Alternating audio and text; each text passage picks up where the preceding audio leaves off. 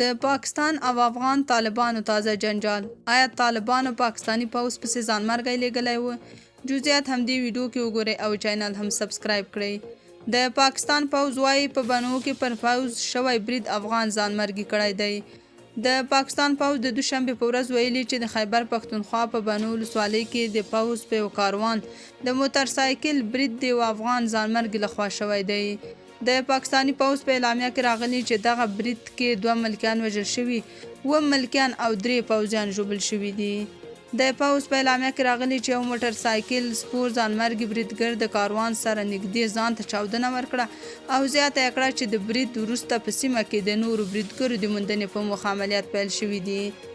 په اعلامیه کې ادعا شوې چې دغه افغان بریدګر د پاکستان د دولت مخالفې وسلوالې ډلې حافظ ګل بهادر سره تړاو درلود چې د افغانستان د واکمن طالبانو نږدې متحد بلل کیږي.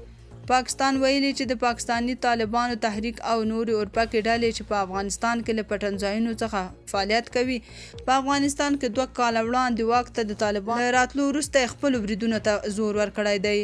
پاکستانی پوځ ادعا کوي چې افغان اورپکو سږکال د پاکستانی طالبانو تحریک په همکارۍ کې لږ تر لږه 14 ځانمرګي بریدونه ترسره کړي دي. که څه هم یو شمېر شنونکي وایي پاکستان د طالبانو بدنامولو لپاره داسې ادعاوې کوي، خو بل خوا یو شمېر شنونکي وایي پر افغان طالبانو د فشارونو او د مهاجرینو په بې عزتۍ شړلو غبرګون کې ښایي طالبانو یو شمېر فدایان TTP ته ورکړي وي ترڅو هلته بریدونه وکړي. په پاکستان کې د تاوتریخوالي د ډېرېدو له امله دغه هیواد د شاوخوا 1.1 میلیونه بې اسنادو افغان کډوال د ایستلو چارې پیل کړي. پاکستان وایي چې د طالبانو حکومت د پولې پورې غاړې ته د ترهګرۍ په مخنیوي کې نه یوازې چې پاتې راغلي بلکې وسلوالو سره مرسته هم کوي.